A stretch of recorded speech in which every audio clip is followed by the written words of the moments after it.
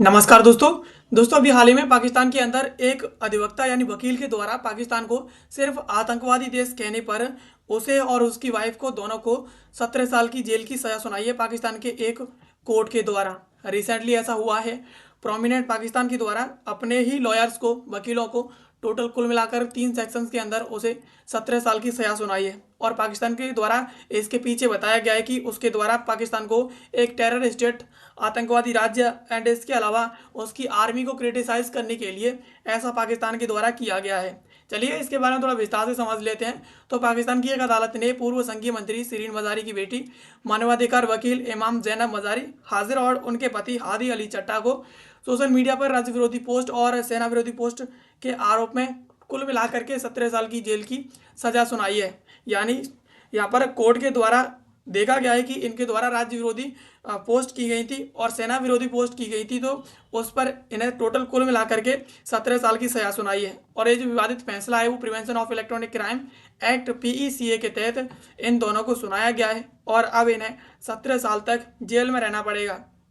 अब सजा के विवरण की बात करें तो इस्लामाबाद की एक अतिरिक्त जिला एंड सत्र अदालत ने शनिवार को यह फैसला सुनाया है और सजा को 3 अलग अलग धाराओं में विभाजित किया है। यानी ये जो फैसला सुनाया है वो अलग अलग तरीके से 3 सेक्शंस में से डिवाइड किया गया है। पहली सेक्शन है धारा 9, आतंकवाद का महिमा मंडन। और इसमें बताया गया है कि प्रतिबंधित संगठनों और व्यक्तियों का समर्थन करने के आरोप में 5 साल की जेल और 50 लाख PKR का जुर्माना। धारा 10, इसमें बताया गया कि साइबर आतंकवाद, पाकिस्तान के साइबर आतंकवाद प्रावधानों के उल्लंघन के लिए 10 साल की जेल और 3 करोड़ PKR का जुर्माना। एंड इसके अलावा धारा 26A, इसमें गलत सूचना फैलाना, कथित तौर पर झूठी जानकारी प्रसारित करना, इसके लिए इसे 2 साल की जेल। एंड इसके अलावा ये सभी धाराएं और ये सभी सजाएं हैं वो एक साथ चलेंगी। तो इसका मतलब है कि इन दोनों वकीलों को 10 साल तक जेल में जो है रहना पड़ सकता है। एंड इसके अलावा दोषसिद्धि के प्रमुख यहाँ पर कारण बताए गए हैं। अदालत ने अपने लिखित आदेश में इमाम मजारी और उसके पति पर निम्नलिखित आरोप लगाए हैं। आरोप जो है इनके ऊपर सिद्ध पाए गए हैं। आरोप है कि इमाम मजारी ने 2021 से 2025 के बीच सोशल मीडिया पर सेना और राज्य संस्थानों के खिलाफ अपमानजनक और भ्रामक जानकारी साझा की है। और अदालत के अनुसार उनके पोस्ट बलूचिस्तान लिबरेशन आर्मी यानी BLA एंड इसके अलावा तहरीके तालिबान पाकिस्तान यानी TTP जैसे प्रतिबंधित समूह हैं उनके नैरेटिव से पूरी तरीके से मेल खाते हैं। एंड इसके अलावा उन्होंने सुरक्षा बलों पर जबरन गायब करने और एनफोर्समेंट डिसअपियरेंस और टॉर्चर सेल चलाने के आरोप लगाए हैं और जिसे अदालत ने सीधे तौर पर साइबर आतंकवाद माना है। यानी यहाँ पर जिस प्रकार से इनके द्वारा पोस्ट किए गए हैं उन पोस्ट को अदालत के द्वारा देखा गया और अदालत के द्वारा बताया गया कि ये सीधे के सीधे पोस्ट हैं वो पाकिस्तान के द्वारा जिन समूहों को और जिन लोगों को प्रतिबंधित कर रखा है उनके नैरेटिव से मेल खाते हैं। एंड इसके अलावा इनके द्वारा सुरक्षा बलों पर लोगों को गायब करने के आरोप लगाए गए थे, तो टॉर्चर करने के आरोप लगाए गए थे, तो इसे सीधे तौर पर अदालत के द्वारा साइबर अपराध मान लिया गया है। एंड उसके अलावा उनके पति हादी अली चट्टा को इन पोस्ट को प्रमोट करने और रिट्वीट करने के माध्यम से सक्रिय रूप से उनके सहयोग करने के लिए सिद्ध पाया है। यानी इन दोनों को यहाँ पर पाकिस्तान ने माना है कि जो इमाम मजारी हैं वो तो इस तरीके की पोस्ट कर रही हैं और वो आरोप लगा रही हैं। एंड इसके अलावा उसके पति के द्वारा इन सभी आरोपों को प्रमोट करने के लिए इन दोनों को दोषी माना है। एंड इसके अलावा PECA कानून और 2025 का नया संशोधन की बात करें तो यह मामला पूरी तरीके से prevention of electronic crime act यानी PECA पर आधारित है, जिसे लेकर के पाकिस्तान में काफ़ी ज़्यादा विवाद है।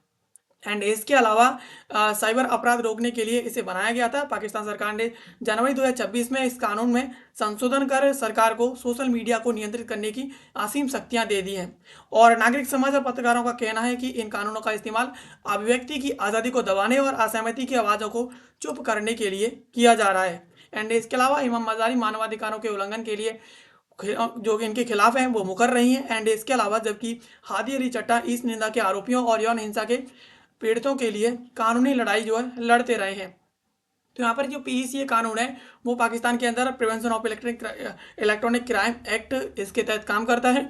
और इसमें पाकिस्तान में रिसेंटली पाकिस्तान के द्वारा 2025 में एक संशोधन किया गया था। और इस संशोधन के तहत पाकिस्तान के द्वारा पाकिस्तान की सरकार है उस संशोधन में पाकिस्तान की सरकार को सोशल मीडिया को नियंत्रित करने के लिए असीम शक्तियां दे दी है। और इस एक्ट का उपयोग करके, इस पीईसीए कानून का उपयोग करके पाकिस्तान अपने देश के अंदर ही नागरिक समाज का गला दबा रहा है एंड उसके अलावा पत्रकारों को चुप कर रहा है। और अगर कोई पाकिस्तान की फैसलों के खिलाफ असहमति जाहिर करता है या पाकिस्तान की स्थिति के बारे में बताता है तो उन लोगों को चुप करने के लिए, उनके खिलाफ कानूनी कार्रवाई करने के लिए इस एक्ट का पाकिस्तान यूज कर रहा है। एंड इसके अलावा मामले की पृष्ठभूमि और गिरफ्तारी की बात करें तो हम इमाम और हादी को 23 जनवरी को रावलपिंडी की आदियाला जेल से हिरासत में लिया गया और गिरफ्तारी के बाद उनके साथ दुर्व्यवहार की लगातार खबरें आई है। मुकदमे के दौरान विवाद यानी सुनवाई वीडियो लिंक के माध्यम से हुई थी और इमाम मजारी ने अदालत में आरोप लगाया है कि जेल में उन्हें भोजन और इसके अलावा पानी नहीं दिया जा रहा है, जिसके बाद उन्हें जो है सुनवाई का बहिष्कार कर दिया। यानी इमाम मजारी के द्वारा सीधे तौर पर आरोप लगाया गया कि उन्हें गिरफ्तार तो कर लिया और गिरफ्तार करने के बाद जो है उन्हें अदालत में उनके द्वारा कहा गया कि जेल में ना तो उन्हें भोजन दिया जा रहा है और ना ही पानी दिया जा रहा है। एंड इसके अलावा उनके साथ काफ़ी ज़्यादा दुर्व्यवहार किया जा रहा है। एंड इसके अलावा प्रतिक्रियाएं और विरोध की बात करें तो इस फैसले की व्यापक स्तर पर निंदा की जा रही है। यानी एमनेस्टी इंटरनेशनल इसे न्यायिक प्रक्रिया का उल्लंघन और इसके अलावा प्रतिशोध की कार्रवाई माना जा रहा है। एंड इसके अलावा पाकिस्तान मानवाधिकार आयोग यानी एचआरसीपी के द्वारा इसे डराने धमकाने का एक उपकरण माना गया है। एंड इसके अलावा शिरीन मजारी की माता ने इसे पूरी तौर पर अवैध बताया है। एंड इसके अलावा उन्होंने कहा है कि हाईकोर्ट में आवेदन लंबित होने के बावजूद जो है ट्रायल कोर्ट के द्वारा ये फैसला सुनाया है। यानी हाईकोर्ट में इनके द्वारा पहले से ही अपील डाल दी गई थी तो उसके बावजूद जो है ट्रायल कोर्ट के द्वारा उन्हें 17 साल की जेल की सजा सुना दी गई है। एंड इसके अलावा पाकिस्तान के जो प्रधानमंत्री है उनके सलाहकार राडा सनाउल्लाह एंड इसके अलावा सूचना मंत्री अताउल्लाह तरार इनने फैसले का स्वागत करते हुए कहा है कि राज्य के खिलाफ बोलने वालों के लिए यह एक कड़ा संदेश है। तो ये तो रही पाकिस्तान की खबर। और अब बात करते हैं पाकिस्तान के द्वारा अब तक क्या किया गया है और पाकिस्तान के अंदर मानवाधिकारों की स्थिति कैसी है। तो रिसेंटली पाकिस्तान के द्वारा एक संघीय अदालत बनाई गई थी और इसमें पाकिस्तान के द्वारा पाकिस्तान के जो सेना के चीफ हैं उन्हें एक अलग ही पोस्ट दिया गया था सीडीएफ का। और सीडीएफ का पोस्ट दे करके उन्हें सबसे अधिक शक्तिशाली बना दिया था और सेना के संबंधित जो भी मामले थे वो पाकिस्तान के सुप्रीम कोर्ट से हटा करके वो उस फेडरेशन कोर्ट को दे दिए गए। तो यहाँ पर सीधे तौर पर, और इससे पहले भी पाकिस्तान के द्वारा पाकिस्तान के संविधान में संशोधन किए गए थे तो सुप्रीम कोर्ट की पूरी शक्ति तो पाकिस्तान के द्वारा पाकिस्तान की सेना के द्वारा अपने हाथों में ले लेगी और इसके अलावा फेडरेशन कोर्ट में डाल दी। और इसके अलावा फेडरेशन कोर्ट के जो जजेस थे उनकी अपॉइंटमेंट भी पाकिस्तान की जो सेना है उसके हिसाब से होती है। तो इसका मतलब है कि पाकिस्तान के अंदर पूरा का पूरा जो नियंत्रण है वो सेना के हाथों में है। और पाकिस्तान के अंदर जो मानवाधिकारी की स्थिति है वहाँ पर लोगों का लापता होना, लोगों को आए दिन अगवा करके उनके साथ बलात्कार और उन्हें जो है जिंदा जला देना एंड इसके अलावा अगर कोई उनका विरोध करता है तो उन लोगों को भी वहाँ पर जो है लापता कर देना, उन्हें गायब कर देना। तो इस प्रकार की कई जो है सूचनाएं और घटनाएं पाकिस्तान के अंदर देखी गई हैं। रिसेंटली जो मेहरंग बलोच है बीएलए पाकिस्तान जो बलूचिस्तान क्षेत्र है पाकिस्तान के अंदर, तो मेहरंग बलोच के द्वारा भी आरोप लगाया गया था कि उनके पिताजी को भी पाकिस्तान के अंदर बुरी तरीके से मारा पीटा गया था एंड इसके अलावा उन्हें धमकी देते हुए उन्हें उठवा लिया गया था और उसके बाद उनके पिता का आज तक पता नहीं चला है।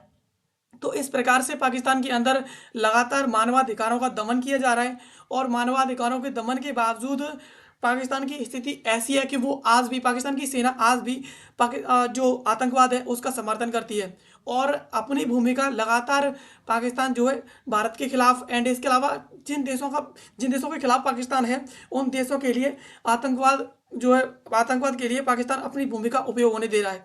तो भारत के द्वारा रिसेंटली जिस प्रकार से पाकिस्तान के द्वारा यूएन के अंदर अपने विवाद को और अपना जल का मुद्दा जो सिंधु जल समझौता है भारत के साथ खासतौर पर उसको लेकर के पाकिस्तान के द्वारा यूएन के अंदर कहा गया था कि भारत जो है नदियों का वेपनाइज कर रहा है, पाकिस्तान के लिए पानी को रोक दे रहा है, पाकिस्तान के अंदर पानी नहीं आ पा रहा है। तो इन सब चीज़ों को लेकर के यहाँ पर इसके द्वारा कहा गया था, तो भारत के द्वारा जवाब में कहा गया था कि जब तक पाकिस्तान अपनी भूमिका और आतंकवाद के लिए उपयोग होने देगा तब तक भारत जो है इस मुद्दे पर वापस नहीं लौटेगा। और पाकिस्तान लगातार कहता है कि वो आतंकवाद का समर्थन नहीं करता है। तो जिस प्रकार से पहलगाम के अंदर 25 से 26 लोगों को मारा गया था, वो लोग पाकिस्तान से ही आए थे, क्या वो आतंकवादी नहीं थे?